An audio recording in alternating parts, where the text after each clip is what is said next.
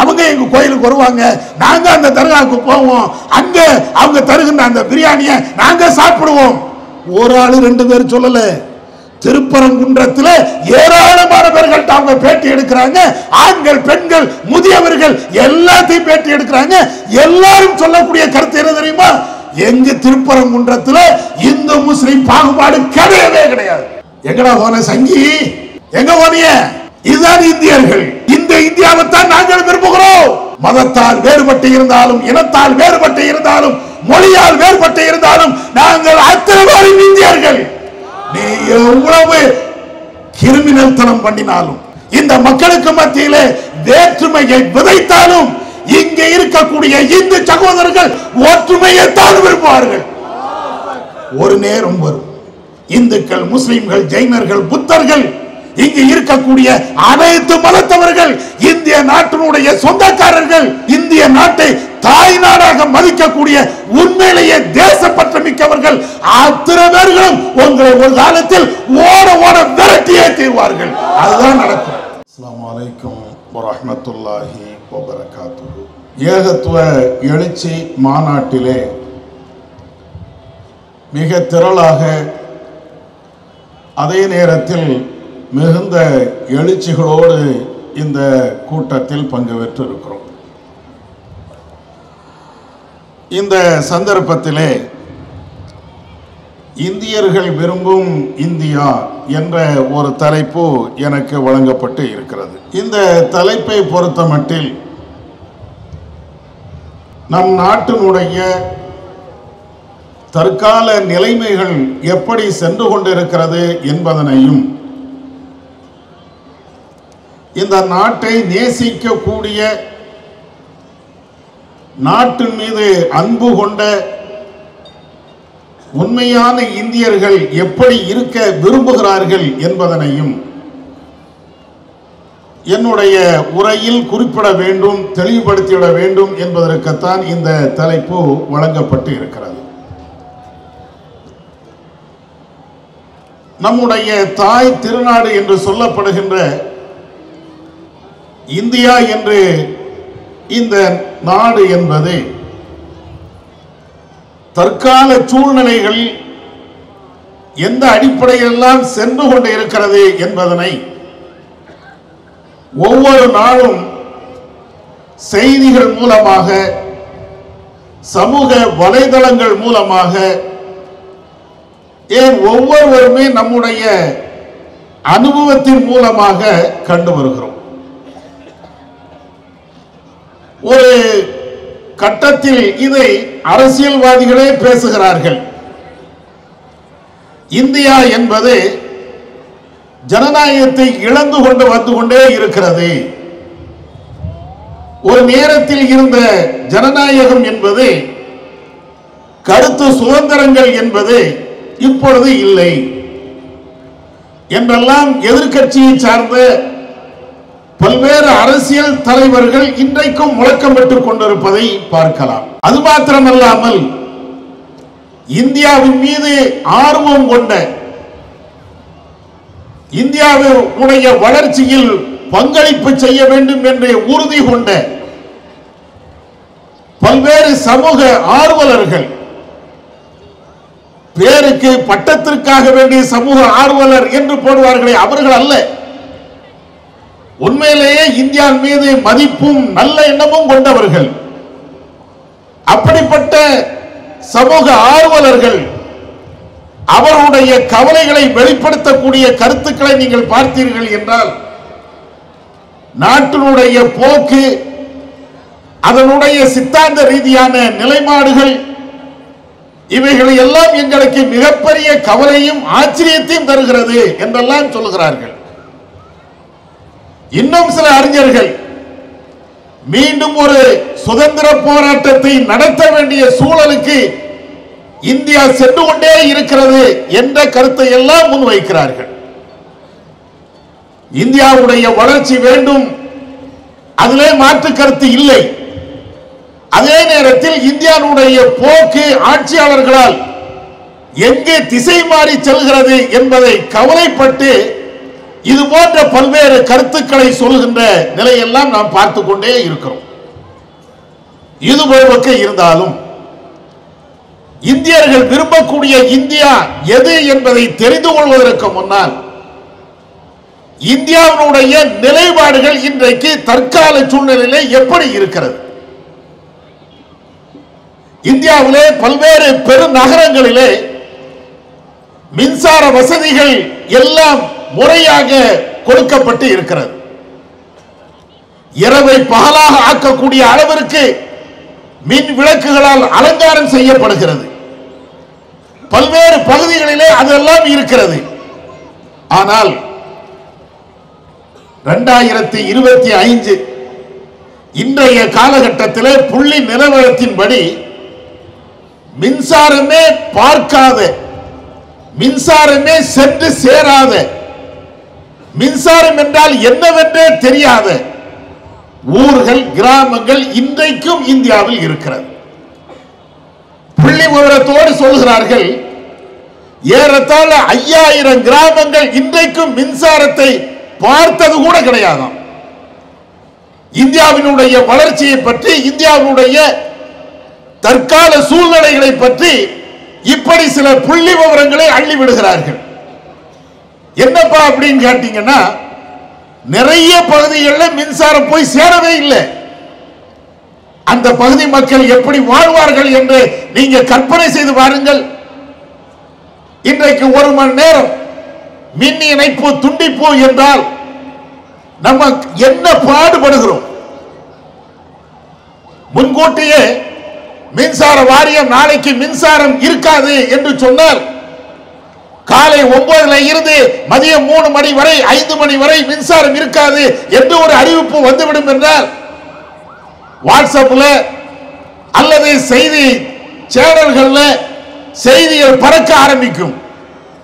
இவை எல்லாத்தையும் தாண்டி நாமளே ஒவ்வொரு வீட்டுக்காக போனை போட்டு நாளைக்கு கரண்ட் இருக்காது, இப்பமே தேங்காவை அரைச்சு வச்சுக்க, நாளைக்கு கரண்ட் இருக்காது, இப்பமே மோட்டர் போட்டு தண்ணியே டேங்க்ல ஏற்றி வச்சுக்க.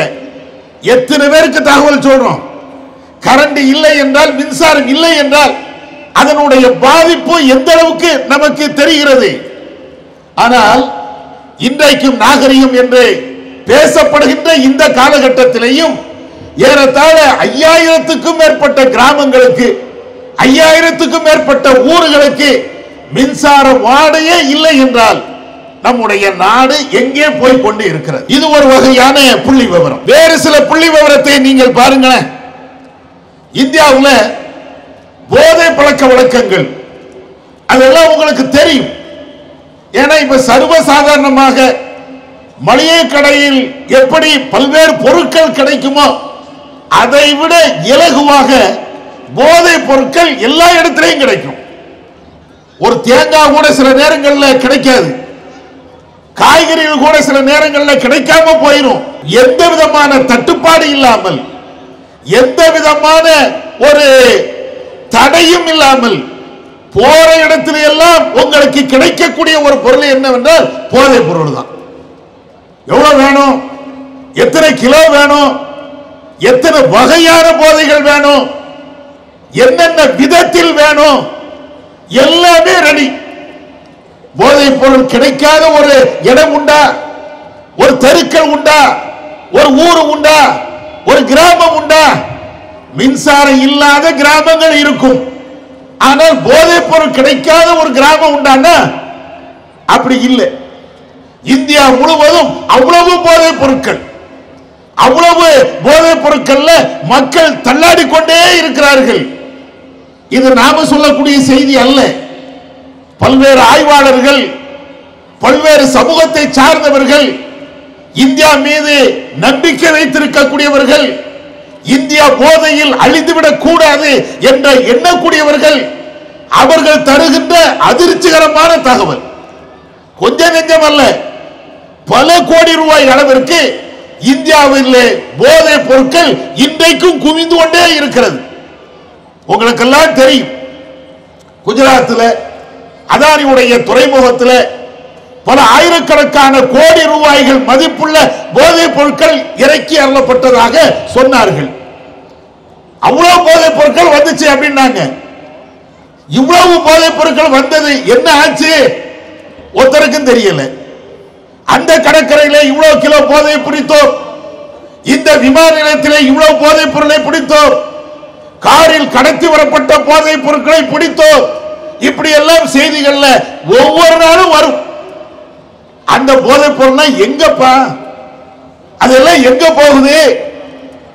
இந்த ஆட்சியாளர்களால், காவல்துறை அதிகாரிகளால், போதை தடுப்பு பிரிவு சார்ந்த அதிகாரிகளால் இவ்வளவு அது கண்டுபிடிக்கப்படுகிறது என்றால், கண்டுபிடிக்கப்படாமலேயே வந்து சேரக்கூடிய விவகாரங்கள் எவ்வளவு இருக்கும்? அவ்வளவு வருது. நிறைய பேர் இதுல கவலைப்பட்டு கொண்டு இந்தியா அழிய வேண்டும் என்றால் போதையிலேயே அழிந்திருமா, அந்த அளவுக்கு சொல்கிறார்கள். அதுல புள்ளி விவரம் என்ன தெரியுமா? போதைப் பொருள்ல முதல் இடத்தில் இருப்பது நம்முடைய யோகி ஆட்சியில் தெரியுமில்ல, உத்தரப்பிரதேசம். உத்தரப்பிரதேசம் என்பதுதான் இந்தியாவிலேயே போதையில முதல்ல நிக்குதான். அவர் ஏன் ஆட்சிக்கு வராம இருப்பாரு? வந்துகிட்டே தானே இருப்பாரு. அங்கதானே பிஜேபிக்கு அவ்வளவு எம்எல்ஏக்கள் வராங்க. எல்லாம் இதுதான் காரணம். போதைப் பொருள்ல முதல் இடத்தில் இருப்பது அங்கதானா? அவ்வளவு பெரிய மாநிலமும் கூட அவ்வளவு போதைப் பொருட்களும் அங்கேதான் இறங்கிக் கொண்டே இருக்கிறது. அப்ப இத மாதிரி போதை என்று நீங்கள் எடுத்துக்கொண்டீர்கள் என்றால் இவ்வளவு கூடுதலாக ஒவ்வொரு பகுதியிலையும் போதை போதை போதை, எல்லா இடத்திலையும் போதை, இவ்வளவு அநியாயங்கள். அடுத்து இன்னும் நீங்க வேறு சில புள்ளி விவரத்தை நீங்க பாருங்களேன்.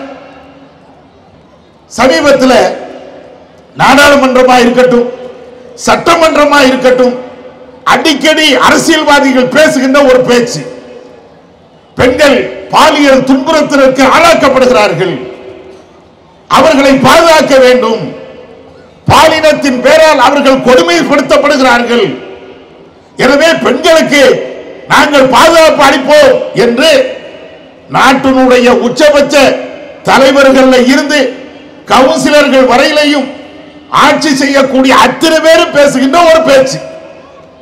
ஆனால் கவலை தருகின்ற ஒரு விஷயம் என்ன தெரியுமா? புள்ளி விவரத்தோடு சொன்ன போனால் அதனுடைய விவகாரங்கள் என்ன தெரியுமா? ஒவ்வொரு 10 நிமிஷத்திற்கு ஒரு சிறுமி பாலியல் சீண்டுதலுக்கு உள்ளாக்கப்படுகிறார். 10 நிமிஷத்துக்கு 10 நிமிஷத்திற்கு ஒரு சிறுமி, பெரிய பெண்கள் இல்ல, அது வேற கணக்கு. ஒவ்வொரு 10 நிமிஷத்திற்கும் ஒரு சிறுமி வந்து இந்தியாவினுடைய புள்ளி விவரத்தின் அடிப்படையில் பாலியல் சீண்டுதலுக்கு உள்ளாக்கப்படுகிறார். எங்க போகுது நம்ம நாடு?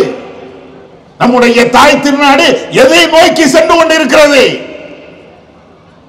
இதனுடைய விளைவு என்ன தெரியுமா? பெத்த தகப்பன் தன்னுடைய பிள்ளையை அவன் பாலியல் வன்புணர்வு செய்கிறான். உலகத்தில் நாகரிகமான மனிதன் எவனும் செய்ய கற்பனைக்கு கூட எட்டாத அந்த காரியத்தை செய்கிறான். சமீபத்தில் வந்த செய்தியை நீங்கள் படித்திருப்பீர்கள்.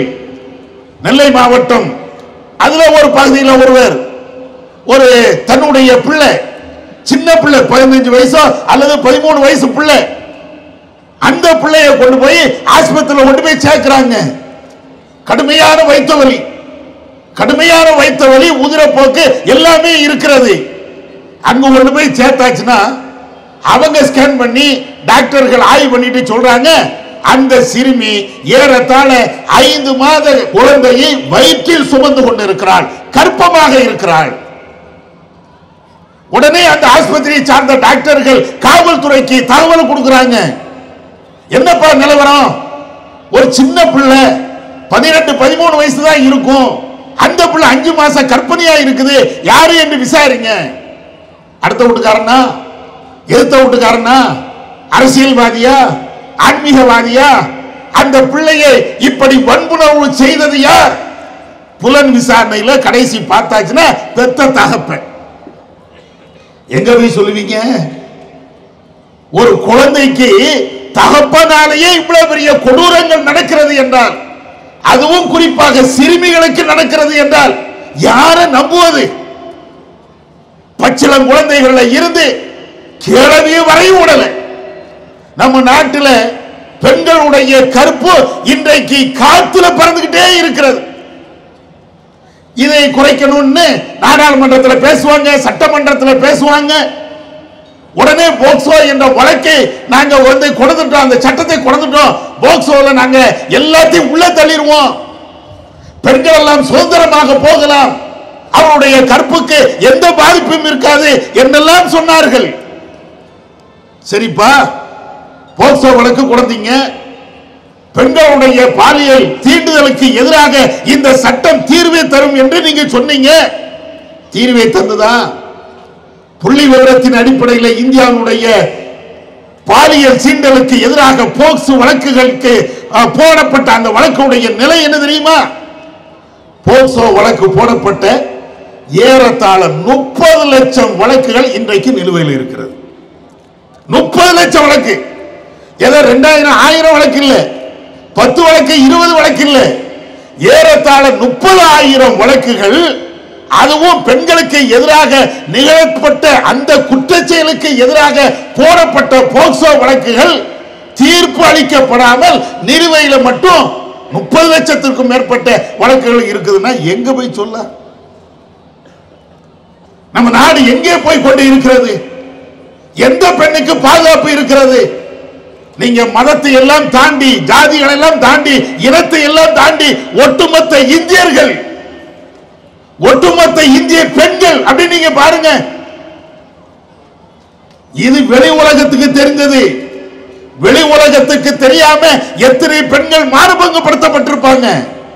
அடுத்த வீட்டுக்காரனால், அந்நியனால், எதிர்த்த வீட்டுக்காரனால், கடையினுடைய முதலாளியால், கல்லூரியுடைய பேராசிரியரால், ஸ்கூலுடைய பள்ளிக்கூடமுடைய ஆசிரியர்களால், எத்தனை 1-2 சம்பவமா? நீங்க டெய்லி பேப்பரை நீங்க படிச்சீங்கன்னா இந்த கற்பழிப்பு, பாலியல் சீண்டுதல், இந்த வழக்கு இல்லாம, இந்த சம்பவம் இல்லாம ஒரு பேப்பர் கூட வராது. அவ்வளவு நிகழ்வுகள். அதான புள்ளி விவரம் சொல்லுது. 10 நிமிஷத்துக்கு ஒரு சிறுமி பாலியல் சீண்டுதலுக்கு உள்ளாக்கப்படுகிறாள் என்றால் ஒரு நாளைக்கு எத்தனை சீண்டுதல்கள் நடக்கும்? எங்கப்பா போகிறது நம்முடைய நாடு? நம்முடைய திருநாடு எங்கே சென்று கொண்டு இருக்கிறது? போதையினுடைய உச்சகட்டம், பெண்களுக்கு எதிரான பாலியல் சீண்டுதல் உச்சகட்டம். எந்த பெண்ணும் கற்போடு போய்விட்டு கற்போடு திரும்புகின்ற அளவிற்கு பாதுகாப்பு இல்லாத ஒரு சூழல். ஜாதி மத வேறுபாடுகள் இல்லாமல் அத்தனையும் எல்லா பெண்களுக்கும் நடக்கிறது இந்த கொடூரங்கள். இதோடு நிக்கல, இன்னும் நம்முடைய நாட்டினுடைய நிலையை இன்னும் கொஞ்சம் பாருங்க. அப்படியே பார்த்துட்டே வாங்க, ஒவ்வொரு விஷயமா நீங்க பாருங்க. படிப்பறிவு, அது இந்தியா இன்றைக்கு ரொம்ப பின்னுக்கு தள்ளப்பட்டிருக்கிறது, சில மாநிலங்களை தவிர. உலக லெவலில் நீங்க எடுத்தீர்கள் என்றால் பல்வேறு நாடுகள் கல்வித்துறையில் முன்னேறி கொண்டே இருக்கிறது. நம்முடைய நாடு இன்னும் பின்னால போய்கிட்டே இருக்கிறது. ஏறத்தாழ 60% மேலாக இன்னைக்கும் எழுத படிக்க தெரியாதவர்கள் இருக்கிறார்கள் இந்தியா லெவலில்.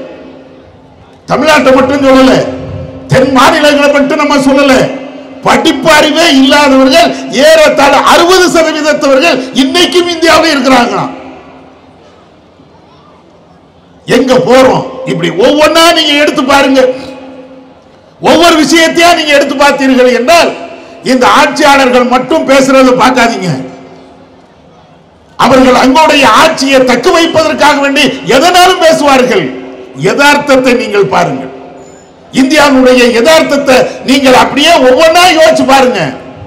அடுத்து, இந்திய நகரங்கள்ல குப்பைகள் மிகுந்த நகரங்கள், சுகாதாரம் இல்லாத நகரங்கள், அடிப்படை வசதியே இல்லாத நகரங்கள், அந்த புள்ளி விவரத்தை நீங்க எடுத்து பார்த்தீர்கள் என்றால் ஏராளமான ஊர்கள் குப்பை மண்டிகளாகவே தான் இருக்கிறவன். குப்பைதான். சிங்கார சென்னை அப்படின்னு பேசுவாங்க. திருச்சிக்கு ஒரு பேர் வைப்பாங்க. இதுல நாங்க தூய்மையா இருக்கிறோம், அங்க தூய்மையா இருக்கிறோம், இப்படி நாங்க அப்படி பண்ணிட்டோம் அப்படிம்பாங்க. ஆனால் நீங்கள் யதார்த்தத்தை பார்த்தீர்கள் என்றால் இந்தியா என்றாலேயே குப்பை காடுகள் தான் என்ற அளவுக்கு வச்சிருக்கிறாங்க. பக்கத்தில் கேரளாவில் இருந்து அங்கே இருக்கக்கூடிய கழிவுகளை கொண்டு வந்து தமிழ்நாட்டில் வந்து கொட்டுவான். இது அடுத்த மாநிலம் நமக்கு செய்யக்கூடிய மிகப்பெரிய மோசமான ஒரு நிலை. சரி, அடுத்த மாநிலத்துக்காரன் தான் கொண்டுதானா அப்படின்னு நீங்க பாத்தீங்கன்னா, சைனாக்காரன் அல்லது வெளிநாட்டுக்காரன் அவன்கிட்ட இருக்கக்கூடிய மின்னணுக்கள், அதனுடைய கழிவுகள் எல்லாத்தையும் கொண்டு வந்து நம்முடைய கடல் பரப்புல வந்து கொட்டிட்டு போயிடுவான். இதனாலேயே மிகப்பெரிய சுகாதார சீர்கேடுகள் இந்தியா முழுவதும். ஒரு நகரம் ரெண்டு நகரம் இல்ல. எது தூய்மையான நகரம், எது சுத்தமான நகரம், எங்கே தூய்மையான காற்று கிடைக்கும், ஒண்ணுமே இல்லை. நீங்கள் செய்திகளில் படித்திருப்பீர்கள், பார்த்திருப்பீர்கள். டெல்லி நம்முடைய தலைநகரம், அங்குதான் இந்தியாவினுடைய முதல் தலைநகரம் என்று பெயர் வைக்கப்பட்ட அந்த இடத்தில் தான் தூய்மையற்ற காற்றுக்கள், சுவாசிப்பதற்கு தகுதி இல்லாத காற்றுக்கள்ல முதல் இடம் டெல்லி. யோசிச்சு பாருங்க, மற்ற நகரங்கள்லாம் எப்படி இருக்குன்னு யோசிச்சு பாருங்களேன். டெல்லியில தான் நாட்டினுடைய பிரதமர் இருப்பாரு, முக்கிய அமைச்சர்கள் இருப்பாங்க, உயர் அதிகாரிகள் இருப்பாங்க, நாட்டினுடைய ஜனாதிபதி அங்கதான் இருப்பாரு. எல்லாம் டெல்லி தான். வெளிநாட்டில் இருந்து வரக்கூடிய தூதர்களாக இருந்தாலும், பெரிய பெரிய மன்னர்களாக இருந்தாலும் எல்லாம் அங்கதான் வருவாங்க. அந்த டெல்லியில சுத்தமான காற்றில்லை சுவாசிப்பதற்கு, தூய்மையான காற்றில்லை சுவாசிப்பதற்கு. அப்ப தூய்மை என்று நீங்க எடுத்து பார்த்தீர்கள் என்றால் எல்லாம் ஜீரோ. எல்லா இடமும் குப்பை, எல்லா இடத்திலையும் அசுத்தம். ஒரு பஸ் ஸ்டாண்டுக்கு போக முடியலையே, ஒரு பொது இடங்களுக்கு போக முடியலையே. என்ன நாட்டம், எவ்வளவு வீச்சம், எவ்வளவு துர்நாற்றம் அடிக்கிறது, எல்லாத்துக்கும் தெரிந்ததுதானே. அப்ப இத மாதிரி சுத்தத்தை எடுத்துக்கொண்டால் எல்லா விதத்திலையும் இந்தியா பின்தங்கிட்டே இருக்கிறது. இதுதான் இந்தியா. விலைவாசி அது சொல்லவே வேண்டாம். அது நேற்றுக்கு ஒண்ணு, இன்னைக்கு ஒண்ணு, நாளைக்கு ஒண்ணு, விடிஞ்சா ஒரு ரேட்டு, பொழுது அடைஞ்சா ஒரு ரேட்டு, அது போய்கிட்டே இருக்கிறது. எங்க போகுதுன்னே தெரியல. ஒரு நேரத்தில் 10 ஆண்டுகளுக்கு முன்பெல்லாம் ஒரு கிலோ அரிசி என்பது 30 ரூபாய்க்கு வித்தது. இன்னைக்கு ஒரு சராசரி அரிசி வாங்குறதா இருந்தால் 60 ரூபாய் 70 ரூபாய். நான் பிரம்மாண்டமான நல்ல தரமான அரிசியை கூட சொல்லல. சராசரி மக்கள் சாப்பிடுகின்ற, ஏழைகள் சாப்பிடுகின்ற அந்த அரிசியை நீங்கள் எடுத்துக்கொண்டீர்கள் என்றால் 60 ரூபாய் 70 ரூபாய். ஒரு மளிகை ஜாமான் எவ்வளவு ரேட்டு? எல்லா ஆட்சியாளர்களும் ஒண்ணு சொல்லுவாங்க, நாங்கள் வந்தால் விலைவாசியை கட்டுப்பாட்டுக்குள் வைத்திருப்போம், நாங்கள் வந்தால் அந்த அரிசி விலை இப்படி ஆயிரும், இந்த அரிசி விலை இப்படி ஆயிரும் அப்படிம்பாங்க. எல்லா ஆட்சியாளர்களும், இதுல யாரும் விதிவிலக்கணம் கிடையாது.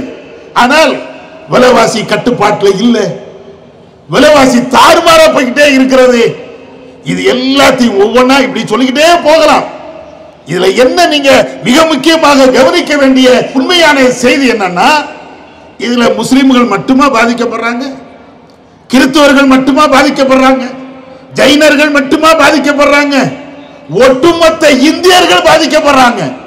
விலைவாசியினால், குப்பையினால், பாலியல் சீண்டுதலினால் அல்லது பல்வேறு பிரச்சனைகள்னால் ஏதோ இந்து முஸ்லீம் அல்லது இவன் தான் பாதிக்கப்படுறான், இந்த ஜாதி தான் பாதிக்கப்படுறான், இந்த மதத்துக்காரன் தான் பாதிக்கப்படுறான் அப்படிங்கிறது இல்ல. ஒட்டுமொத்த இந்தியர்கள் நம்ம பாதிக்கப்பட்டு தான் இருக்கணும். இதுதான் இந்தியாவுடைய நிலை. இன்னைக்கு இருக்கக்கூடிய இந்தியாவுடைய நிலை இப்படித்தான் போய்கிட்டே இருக்கிறது.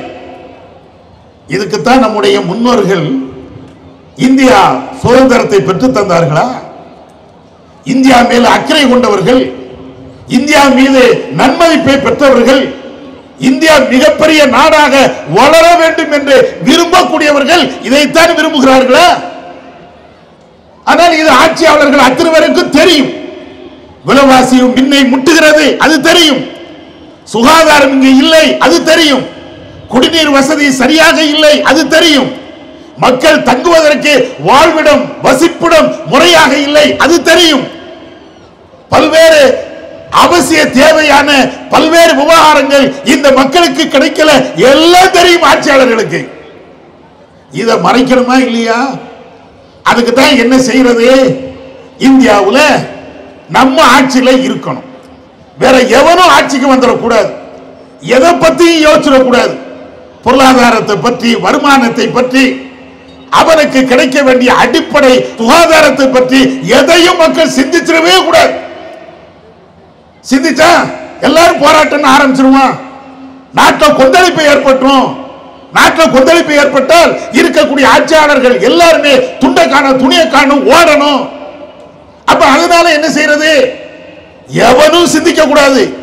சுகாதாரம், குடிதண்ணீர், எந்த பிரச்சனையா இருந்தாலும் நீ பேசாம அமைதியா வேடிக்கை பார்த்துக்கிட்டு தான் இருக்கணும்.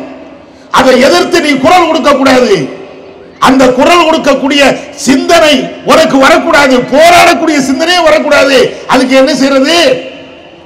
பாத்தியா முஸ்லிம்களை அவன் எவ்வளவு அநியாயம் பண்றான் பாத்தியா அப்படின்னு சொல்லி மத தூண்டுதல்களை, மத மோதல் போக்குகளை எல்லா மக்களுக்கு மத்தியில பரப்பணும். அதுதான் நடக்குது.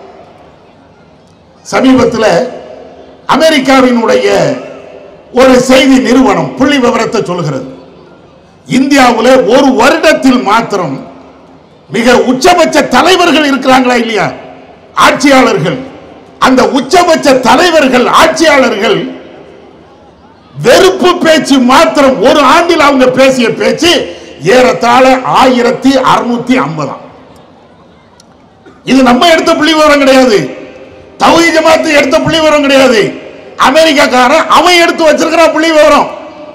ஏறத்தாழ 1650 அளவிற்கு உச்சபட்ச ஆட்கள். நம்ம கவுன்சிலர் பேசுறது அல்ல, சில சங்கிகள் பேசுகின்ற வெறுப்பு பேச்சு அவன் புள்ளி விவரத்தில் எடுக்கல. அதையெல்லாம் எடுத்தீங்கன்னா கோடிக்கணக்கில் போகும். அதை எடுக்கல. பெரிய பெரிய தலைவர்கள், உலகத்தால் அறியப்பட்டவர்கள், அப்படிப்பட்டவர்கள் எல்லாம் பேசிய அந்த பேச்சுக்களுடைய வெறுப்பு பேச்சுக்களுடைய எண்ணிக்கை அது. அதுல குறிப்பாக நம்முடைய பிரதமர், பாரத பிரதமர், அவர் மாத்திரம் ஒரு ஆண்டுல, 10 ஆண்டு இல்ல, ஒரே ஒரு வருஷத்துல நம்முடைய ஜி மாத்திரம் இஸ்லாமியர்களுக்கு எதிராக மத மோதல்களுக்கு ஆதரவாக அவர் மாத்திரம் பேசிய பேச்சுக்கள் 63. ஒரு நாட்டினுடைய உச்சபட்ச தகுதியில் இருக்கக்கூடிய ஒருவர், ஒரு நாட்டினுடைய பிரதமர், இந்த நாட்டு மக்களுக்கு எதிராக வெறுப்பு பேச்ச மாத்திரம் ஒரு ஆண்டில் 63 தடவை அவர் பேசி இருக்கிறார். ஏன், எதுக்கு இப்படி எல்லாம் பேசணும்? இஸ்லாமியர்கள், இந்துக்கள் இவங்க ஒற்றுமையா இருக்கக்கூடாது அப்படின்னு சொல்லி மத மோதல்களை உருவாக்கக்கூடிய, மத சீண்டல்களை உருவாக்கக்கூடிய இந்த பேச்சுக்கள் பேசுவதற்கு என்ன காரணம்? இந்த ஏற்கனவே நம்ம சொன்னமா இல்லையா, இந்தியா பின்தங்கி போய்கொண்டே இருக்கிறது. பொருளாதாரத்தில் பின்னடைவு, சுகாதாரத்தில் பின்னடைவு, வேலை வாய்ப்பில் பின்னடைவு, இப்படின்னு ஏகப்பட்ட பிரச்சனை இந்தியா மக்களை ஆட்டி படைத்துக் கொண்டே இருக்கிறது. இதுக்கு தீர்வை தேடி நீங்க வந்துடக்கூடாது, யாரும் வந்துடக்கூடாது. குறிப்பாக இந்துக்கள் வந்துடக்கூடாது. இந்துக்கள் கிளறக்கூடாது. எனக்கு வேலையை தான், எனக்கு சுகாதாரத்தை தான், எனக்கு சாப்பாட்டை தான் என்று அவங்க சிந்திக்கவே கூடாது. அதுக்கு என்ன செய்யறது? அவரை பாரு, முஸ்லிமை பார், கோயில் இடிச்சானா, சர்ச்சை இடிச்சானா, அங்க அப்படி பேசினானா, இங்க இப்படி பேசினானா, கிட்டத்தட்ட சுதந்திரம் வாங்குவதற்கு முன்னால இருந்து இன்னை வரையும் இதே பேச்சுதான். நீங்க வரலாறு நீங்க புரட்டி பாருங்கள். ஆங்கிலேயருடைய காலத்தில் இருந்து இதே பேச்சு. இன்னைக்கு நேற்று அல்ல, அன்றையில இருந்து இன்னை வரையிலையும் இந்த மதவெறி பேச்சு மட்டும்தான் அவங்கள்ட்ட இருக்கும். எப்படியாவது துண்டாட வேண்டும். அதனாலதான் பெரியார் ஒரு தடவை சொன்னார், எப்பா இந்துக்களே, நீங்கள் எதுவரை இந்துக்கள் என்று தெரியுமா?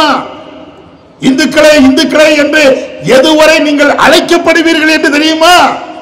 இஸ்லாமியனும் கிறிஸ்துவனும் ஜெயினனும் இருக்கின்ற வரை. இஸ்லாமியன் இங்கே இல்லை என்றால் உன்னை இந்து என்று அழைப்பதற்கு இங்க நாதி இருக்காது அப்படின்னு அவர் சொன்னார். அவருடைய எல்லா கருத்தையும் நம்ம ஏற்றுக்கிட மாட்டோம். நிறைய முரண்பாடுகள் இருக்கிறது, தனி விஷயம். ஆனால் அவர் இந்து மக்களுக்கு சொன்ன கருத்து, இந்து மக்களே, இந்துக்கள் ஒன்றுபடுங்கள் ஒன்றுபடுங்கள் என்று உங்களை கூப்பாடு போட்டு அழைப்பார்கள். ஆனா இந்த முஸ்லிம்கள் இருக்கிற வரையும் தான். அதைத்தான் இன்னைக்கு நாம சொல்றோம். இந்தியாவில் இஸ்லாமியர்கள் இருக்கிற வரையும் தான் நம்மளை வச்சு ஒரு படம் காட்டிக்கிட்டே இருந்து ஆட்சியை தக்க வைப்பாங்க. ஆட்சியில அவங்க இருந்துகிட்டே இருக்கணும். இதை தவிர அவங்களுக்கு வேற எந்த நோக்கமும் கிடையாது. அதுக்காக வேண்டித்தான் இஸ்லாமியர்களை ஒவ்வொரு நேரமும் சீண்டிக்கிட்டே இருக்கிறது. திடீர்னு வருவான், பாகிஸ்தானுக்கு ஓடு அப்படிமா. சரிப்பா பாகிஸ்தானுக்கு நாங்க போயிட்டா உங்க பிரச்சனை தீர்ந்துருமா? வாயே பேச மாட்டான். சரி நாங்க ஏன்டா பாகிஸ்தானுக்கு போகணும்? பாகிஸ்தானுக்கு தான் போகணும். ஏன்ப்பா போகணும்? அதையே சொல்லு, காரணத்தை சொல்லு. இன்னும் பிரதமர் அமெரிக்காவுக்கு போனாரு, அங்கே இருக்கக்கூடிய இந்தியர்கள் சட்டவிரோதமாக குடியேறியவர்கள் என்று சொல்லி வெளியில அனுப்பிட்டாங்க. நம்முடைய பிரதமர் பேசுகிறார், ஆம் எந்த நாட்டுக்கு போனாலும் அங்கே அந்நியர்கள் சட்டவிரோதமாக வந்தால் அந்த நாடு ஏற்றுக்கொள்ள கூடாது, சட்டவிரோதமாக வந்து அத்தனை பேர்களுமே நாடு கடத்தத்தான் பட வேண்டும் அப்படின்னு பேசினார்ல. அப்ப இது உண்மை என்றால் இந்தியர்களாக இருக்கக்கூடிய இஸ்லாமியர்களை பாகிஸ்தானுக்கு போ என்று சொல்வது எவ்வளவு முட்டாள்தனமானது. பிரதமருடைய பேச்சுக்கே நேர் எதிராக இல்லையா? ஒரு நாட்டில் அந்த நாட்டினுடைய மக்கள் குடியேற வேண்டும், அவங்க தான் அங்க இருக்கணும், அந்நியர்கள் வரக்கூடாது. உடனே நம்மளை பார்த்து சொல்லுவான், முஸ்லிம்கள் அத்தனை பேர் அந்நியர்கள் தான். என்னப்பா ஆதாரம்? நான் சொல்றது ஆதாரம், இதுதான் பேச்சு. அவங்க என்ன சொல்றாங்களோ அது மட்டும்தான் ஆதாரம். முஸ்லிம்கள் அந்நியர்கள் என்றால் போராட்ட களத்திலே, சுதந்திர போராட்டத்திலே இஸ்லாமியர்கள் பங்கு பெற்ற அந்த வரலாறை மறைக்க முடியுமா? எத்தனை பேர் இந்தியா சுதந்திரத்துக்காக வேண்டி போராடியவர்கள், இந்த நாட்டுக்காக வேண்டி போராடியவர்கள். அதனாலதான் நிறைய தலைவர்கள் இன்னைக்கும் சொல்லிக்கிட்டே இருப்பாங்க, இந்தியாவில் இருக்கக்கூடிய இஸ்லாமியர்கள் மற்ற நாடுகளில் இருக்கக்கூடிய இஸ்லாமியர்கள் மாதிரி அல்ல, இவர்கள் எங்கே இருந்தும் இறக்குமதி செய்யப்பட்டவர்கள் அல்ல. இங்கே இருக்கக்கூடிய நாடார்கள், செட்டியார்கள், வன்னியர்கள் அவர்கள் மதம் மாறி இஸ்லாத்துக்கு போனாங்க. அதைத்தான் நம்ம சொல்லல, மற்ற மதத்தவர்கள் இந்த நாட்டு மீது பற்று வைத்திருக்கக்கூடிய இந்தியர்கள் தெளிவாக சொல்லக்கூடிய வார்த்தையாதான். அப்ப நாங்க இந்திய நாட்டினுடைய எங்களுடைய தாய் நாட்டில் நாங்க இருக்கிறோம், நீ பாகிஸ்தானுக்கு போ, நீ அந்நிய, நாங்க எதுக்கு போகணும்? அதான் சில பேர் கேட்பாங்க, உனக்கு தேவைன்னா நீ பாகிஸ்தானுக்கு போ, உனக்கு தேவைன்னா சைனாக்கு போ, உனக்கு தேவைன்னா கள்ள விசா எடுத்துட்டு போ, அல்ல கள்ள தோணியில போ, நாங்க எதுக்குடா போகணும்? அதைத்தான் தெளிவாக இந்திய முஸ்லிம்கள் இன்றைக்கும் பேசிக்கொண்டே இருக்கிறோம். வாழ்ந்தாலும் செத்தாலும் எங்களுடைய தாய் நாட்டில் தான் வாழ்வோம், எவனுக்காக வேண்டி அஞ்ச மாட்டோம். இது எங்களுடைய தாய் நாடு, எங்களுடைய தாய் நாடு. அதே நேரத்தில் எங்களுடைய உரிமைகளை ஒரு காலத்திலையும் எவருக்காக வேண்டியும் எந்த அச்சுறுத்தலுக்காக வேண்டியும் நாங்கள் விட்டு கொடுப்பதற்கும் தயாராக இல்லை. அதெல்லாம் இங்க நடக்காது. நீ மிரட்டு, நீ எதுக்கு மிரட்டுத, எதுக்கு முஸ்லிம்களை கேடயமாக பயன்படுத்துற, எல்லாம் தெரியும், இந்து மக்களுக்கு தெரியும். அவர்களுக்கு கொடுக்க வேண்டிய எந்த உரிமையும் நீ வழங்காம இருக்கிற. ஆனா இந்துக்களை பாதுகாக்கிறோம், இந்துக்களுக்காக வேண்டிய குரல் கொடுக்கக்கூடிய ஒரே அமைப்பு நாங்க தான் அப்படின்னு பேசிக்கொண்டே இருந்தாலும் அவர்களுக்கு சுகாதாரத்தை கொடுத்தியா? அவர்களுக்கு வேலை வாய்ப்பை கொடுத்தியா? அவர்களுக்கு உண்மையான கல்வியை நீ கொடுத்தியா? அவர்களுக்கு தேவையான பொருளாதாரத்தை நீ கொடுத்தியா? அவர்கள் முன்னேறுவதற்கு உண்டான வழிகாட்டுதலை நீங்கள் கொடுத்தீர்களா? எத்தனை இந்துக்கள் இன்றைக்கும் வேலை இல்லாமல் பிச்சை எடுத்துட்டு இருக்கிறாங்க. நாங்கள் இந்துக்களை காப்பாற்றுவோம் காப்பாற்றுவோம்னா அவங்க யார் இந்து இல்லையா? அப்ப இவர்கள் பேசுகின்ற அனைத்து பேச்சுக்களுமே இஸ்லாமியர்களை கேடயமாக வைத்துக் கொண்டு ஆட்சியில இருக்கும். இவங்களுடைய ஆட்சியினுடைய பிரதமருடைய நிலையை சமீபத்தில் மோடி அமெரிக்காவுக்கு போயிட்டு வந்த அந்த நிகழ்வுகளை எடுத்து சொல்றாங்க.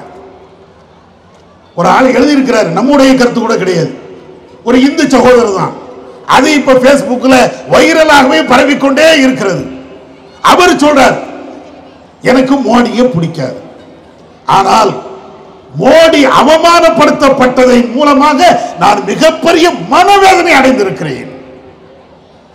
மோடி எனக்கு பிடிக்காதுதான், ஆனாலும் என்னுடைய நாட்டினுடைய பிரதமர், இந்த பிரதமர் வெளிநாட்டில் போய் அவமானப்படுத்தப்படுவதை என்னால் தாங்கிக் கொள்ள முடியல. ஏன்?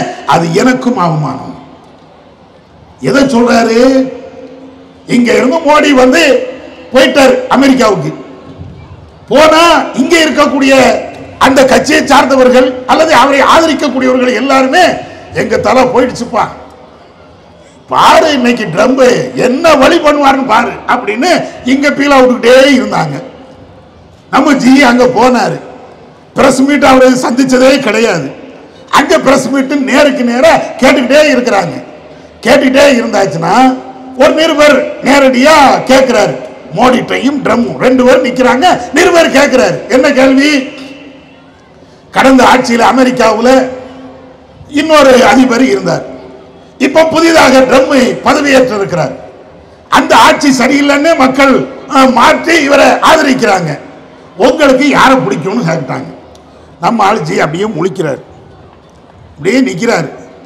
என்ன அவன் கேட்டது ஆங்கிலம், இவருக்கு புரிஞ்சுதா புரியலையா என்னன்னு தெரியல, இப்படியே நிற்கிறாரு. அங்க ட்ரம் இப்படியே பார்க்கிறாரு, யார? மோடிய இப்படியே பார்க்கிறாரு. மோடி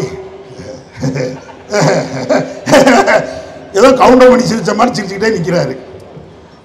என்னப்பா அப்படின்னு ஒன்று, சரி ரைட்டு, அங்கேருந்து பதில் வராது. ட்ரம் அவரே பதில் சொல்றாரு. என்ன இது உங்களுடைய கேள்வி, நீங்க தான் பதில் சொல்லணும், இருந்தாலும் நீங்க சிரிச்சுக்கிட்டே நிற்கிறீங்க, நான் பதில் சொல்றேன்.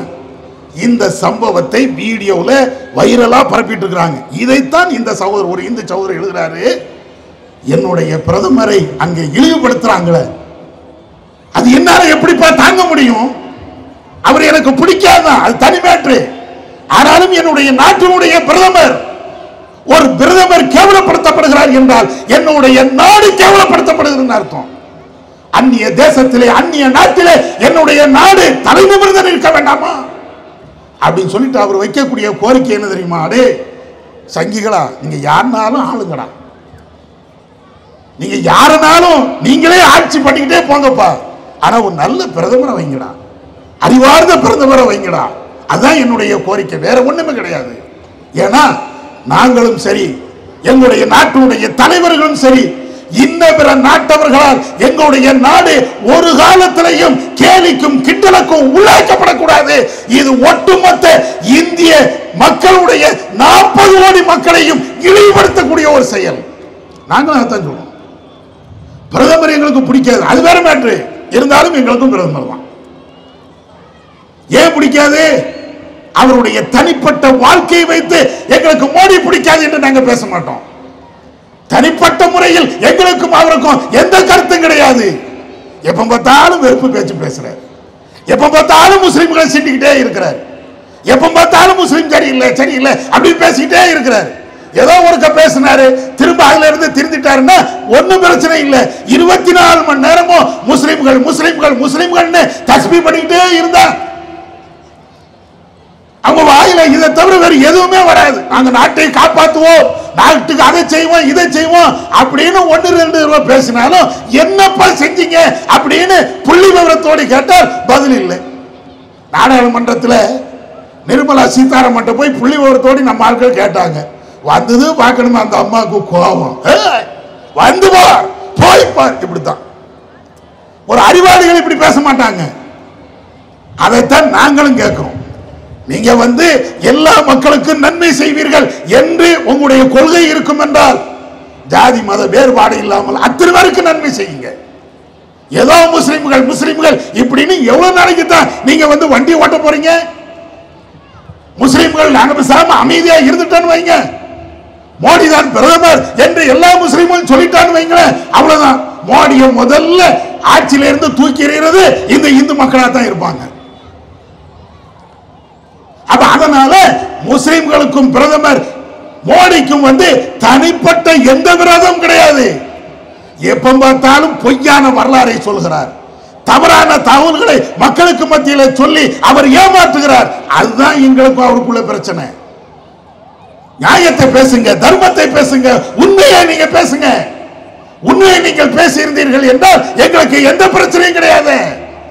அப்போ ஒரு பிரதமர் இன்னொரு நாட்டில் போய் அவர் இவ்வளவு அவமானப்படுத்தப்படுவதை யார் தான் ஏற்றுக்கொள்ள முடியும்? அது மாத்திரமா, இங்க இருந்து இந்தியர்கள் அமெரிக்காவுக்கு சட்டவிரோதமா போயிட்டாங்க.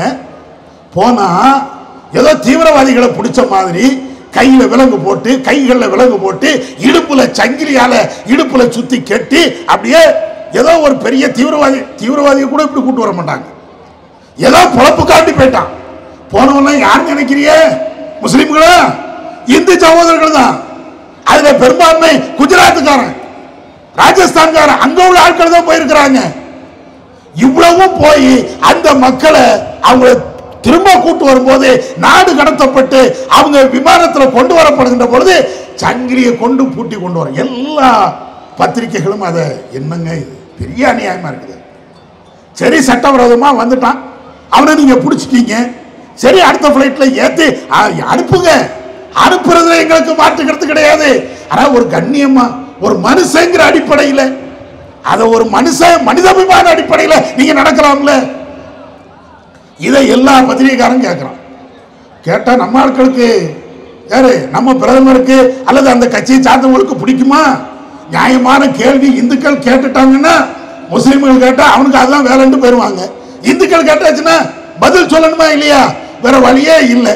விகடனை வந்து உடனே அவனுடைய வெப்சைட்டை க்ளோஸ் பண்ணு. அவர் ஒரு கார்ட்டூனை போட்டாங்க, விகடன் பத்திரிகை ஒரு கார்ட்டூனை போட்டாங்க. என்ன கார்ட்டூனு? அமெரிக்காவுக்கு இவர் போறாரு, ட்ரம்ப் இருக்கிறாரு, மோடி வந்து அவர் எதுவுமே பேசாம இருக்கிறாரு. அதை தெளிவுபடுத்துவதற்காக வேண்டி, குறிப்பாக நாடு கடத்தப்படுகின்ற இந்தியர்கள் நடத்தப்படுகின்ற அந்த விதத்தை தெளிவுபடுத்தணும் அப்படிங்கிறதுக்காக வேண்டி மோடிய அவர் கையில ஒரு சங்கிலியை போட்டு கட்டின மாதிரி ஒரு கார்ட்டூன். இன்னைக்கு என்ன ஆகி போச்சு? நம்ம ஆட்கள், மத்திய அரசாங்கம் அதை தடை செய்ததாக வெளியில பேச்சு நடக்குது. ஆனா இப்ப அந்த வெப்சைட் வந்து முடக்கப்பட்டு இருக்கிறது. அது உண்மை. இப்ப என்ன ஆகி போச்சு? இந்த கார்ட்டூன் போட்டது தானே நீங்க தடை பண்ணீங்க. அவன் ஒவ்வொருத்தருடைய வீட்லையும் அந்த கார்ட்டூன் வந்துருச்சு. எது? அந்த மோடிக்கு சைனா போட்டு கட்டின மாதிரி, ட்ரம்ப் பக்கத்துல இருக்கிற மாதிரி இந்த கார்ட்டூன் சித்திரம் என்பது எல்லாத்தையும் வந்துருச்சு. பேசாம அவன் கார்ட்டூன் போட்டா அவனுடைய கருத்து சுதந்திரம் விட்டு இருந்தா அது அந்த பத்திரிகை வெப்சைட்டோடு நின்றுக்கும். இன்னைக்கு என்ன ஆகி போச்சு? ஒட்டுமொத்த இந்தியர்களும் ஒட்டுமொத்த இந்துக்களும் எல்லாரும் சேர்ந்து அதை பரப்புறாங்க. சங்கிகளுக்கு பதிலே சொல்ல முடியல. கோபம் தான் வருது. எப்ப ஏன் கோபப்படுற? அறிவு ரீதியாக சிந்தி நல்ல ஒரு சிந்தனையோடு நீ வாழு. அப்ப அவன் போட்ட கார்ட்டூன்ல என்ன தப்பு இருக்கிறது? கருத்து சுதந்திரம். அது மாத்திரம் இல்ல, அங்க நடக்கக்கூடிய நிகழ்வுகளை சித்தரிக்கிறாங்க. ஏன்னா ட்ரம்ப்ட்ட போய் இவர் பேசி நம்முடைய இந்திய மக்களுக்கு கண்ணியமான ஒரு வாழ்வை கொடுப்பார் என்பதை இவர் எடுத்து சொல்வார். இதுக்கு தான் அவர் போயிருக்கிறாரு அப்படின்னு எல்லாருமே நம்புனாங்க. அங்க போய் நின்றுட்டு ஒண்ணுமே பேசலன்னா, ஒரு பத்திரிகை என்ற அடிப்படையில், ஒரு தர்மத்தை சொல்ல வேண்டும் என்ற அடிப்படையில் யாராவது ஒரு ஆள் சொல்லத்தானே செய்வாங்க. சரிப்பா, இனிமேல் ஒழுங்கா நடப்போம், அதுதான் முடிஞ்சு போச்சு. அதுதான் ஒரு பிரதமருக்கு அல்லது ஆட்சியில் இருக்கக்கூடியவர்களுக்கு கண்ணியமான ஒரு வார்த்தை. அதை கூட சொல்லுது. இப்ப இது இந்தியாவுடைய நிலை, தற்கால சூழ்நிலைகள் எல்லாம். இந்தியர்கள் எதை நாம இப்ப விரும்புகிறோம்? ஒட்டுமொத்த இந்தியர்கள் எதை விரும்புகிறார்கள்? எந்த இந்தியாவை விரும்புகிறார்கள்? வெறுப்பு பேச்சு பேசக்கூடிய அந்த பேச்சை விரும்புகிறார்களா? ஒரு காலத்திலேயும் இல்லை. அதற்கு நிதர்சனமான உண்மை என்ன தெரியுமா? சமீபத்தில் நடந்த திருப்பரங்குன்றத்துடைய நிகழ்வு. திருப்பரங்குன்றத்தை அயோத்தியாக மாற்றுவோம் என்று ஒரு ஆர்ப்பாட்டத்தை நடத்தி கொக்கரிச்சாங்க. நாங்க அப்படி செய்வோம், இப்படி செய்வோம், அந்த மலையை எங்களுக்கு தான் சொந்தம் என்னமோ பேசினாங்க. இன்னும் சொல்ல போனால் நம்முடைய நாட்டு சட்டத்துக்கு விரோதமான பேச்சுக்கள் எல்லாம் அங்கே பேசப்பட்டது. எவ்வளவு பேசுனீங்கல்ல. திருப்பரங்குன்றம் மக்கள், குறிப்பாக இந்து சகோதரர்கள், அவங்களுடைய பேட்டிய புதிய தலைமுறை எடுத்து போடுது. அழகாக சொல்றாங்க, இதுதான் இந்தியர்கள், அதுதான் இந்தியர்கள், உண்மையான இந்தியர்கள் எல்லா இடத்திலும் இருக்கிறார்கள், அவர்கள் தான் மெஜாரிட்டி. அவங்க என்ன சொல்றாங்க தெரியுமா? திருப்பரங்குன்றம் மலையில சிக்கந்தர் அந்த தர்கா இருக்கா பாய், நாங்க எப்பவுமே அங்கதான் போவோம். பாய்மார்கள் அந்த தர்காவுல பிரியாணி ஆக்கி தருவாங்க, நாங்க சாப்பிடுவோம். இது ஒரு இந்து பெண்மணி கொடுக்கக்கூடிய பேட்டி. தௌஹீத் ஜமாத் சொல்லக்கூடிய கருத்து அல்ல, முஸ்லிம்கள் சொல்லக்கூடிய கருத்து அல்ல. ஒரு செய்தி நிறுவனம் வெளியிடுகிறது. எப்படி? நாங்க இந்தியர்கள், நாங்க இங்க முஸ்லிம் இந்துக்கள் எல்லாம் ஒற்றுமையா தான் இருக்கிறோம். அவங்க எங்க கோயிலுக்கு வருவாங்க, நாங்க அந்த தர்காவுக்கு போவோம், அங்க அவங்க தருகின்ற அந்த பிரியாணியை நாங்க சாப்பிடுவோம். ஒரு ஆளு ரெண்டு பேர் சொல்லல. திருப்பரங்குன்றத்தில் ஏராளமான பேர்கள் அவங்க பேட்டி எடுக்கிறாங்க. ஆண்கள், பெண்கள், முதியவர்கள் எல்லாத்தையும் பேட்டி எடுக்கிறாங்க. எல்லாரும் சொல்லக்கூடிய கருத்து என்ன தெரியுமா? எங்க திருப்பரங்குன்றத்தில் இந்து முஸ்லிம் பாகுபாடு கிடையவே கிடையாது. எங்கடா போன சங்கி, எங்க போனிய? இதுதான் இந்தியர்கள். இந்த இந்தியாவை தான் நாங்கள் விரும்புகிறோம். மதத்தால் வேறுபட்டு இருந்தாலும், இனத்தால் வேறுபட்டு இருந்தாலும், மொழியால் வேறுபட்டு இருந்தாலும், நாங்கள் அத்தனை இந்தியர்கள். நீ எவ்வளவு கிரிமினல் தனம் பண்ணினாலும், இந்த மக்களுக்கு மத்தியிலே வேற்றுமையை விதைத்தாலும், இங்கே இருக்கக்கூடிய இந்து சகோதரர்கள் ஒற்றுமையை தான் விரும்புவார்கள். ஒரு நேரம் வரும், இந்துக்கள், முஸ்லிம்கள், ஜெயினர்கள், புத்தர்கள், இங்கு இருக்கக்கூடிய அனைத்து மதத்தவர்கள், இந்திய நாட்டினுடைய சொந்தக்காரர்கள், இந்திய நாட்டை தாய் நாடாக மதிக்கக்கூடிய உண்மையிலேயே தேசப்பற்ற மிக்கவர்கள் அத்தனை பேர்களும் உங்களை ஒரு காலத்தில் ஓட ஓட விரட்டியே தீர்வார்கள். அதுதான் நடக்கும். ஏன்னா இந்தியர்கள் அதுதான் விரும்புறாங்க. சண்டை ஓடுவதை யாரும் விரும்பல. எந்த இந்துக்களை நீங்க எடுத்து பாருங்க, முஸ்லீமோட ஒரு சண்டை ஓட நினைக்கிறாங்களா? எந்த முஸ்லீம் நீங்க எடுங்க, ஒரு இந்துவை போய் வம்புக்கு இழுக்கணும் அப்படின்னு யாரும் நினைக்கிறோமா? யாரும் கிடையாது. அவங்க அவங்களுடைய வழிபாட்டு முறை, அவங்க வழிபாட்டு முறை அவங்க செஞ்சுக்கிட்டே போவாங்க. உனக்கு பள்ளியில போய் தொழணுமா, பள்ளிவாசல்ல போய் தொழு. நீ கோயில போய் கும்பிடணுமா, கோயில போய் கும்பிடு. நீ சர்ச்சுக்கு போகணுமா, சர்ச்சில் போய். இதுதான் இங்க எந்த வேறுபாடும் கிடையாது. இந்தியர்களை பிரிக்கலாம் முடியாது. உங்க ஆட்சி வசதிக்காக, ஆட்சியிலேயே இருக்க வேண்டும் என்பதற்காக இந்த திட்டத்தை நீங்கள் தீட்டி ஒரு குறிப்பிட்ட காலத்திற்கு நீங்கள் ஆட்சியில் இருக்கலாமே தவிர நிரந்தரமாக ஆட்சியில் இருக்க முடியாது என்பதையும் சொல்லிக்கொண்டு, ஒட்டுமொத்த இந்தியர்களும் வேற்றுமையில் ஒற்றுமை என்ற அந்த சித்தாந்தத்தில் தான் உண்மையான இந்தியர்கள் இருக்கிறார்கள், இருப்பார்கள். அதிலேயே நாங்களும் வாழ்வோம் என்று சொல்லி என்னுடைய உரையை நிறைவு செய்கிறேன். வாஹிதவன் அல்ஹம்துலில்லாஹி ரப்பில் ஆலமீன்.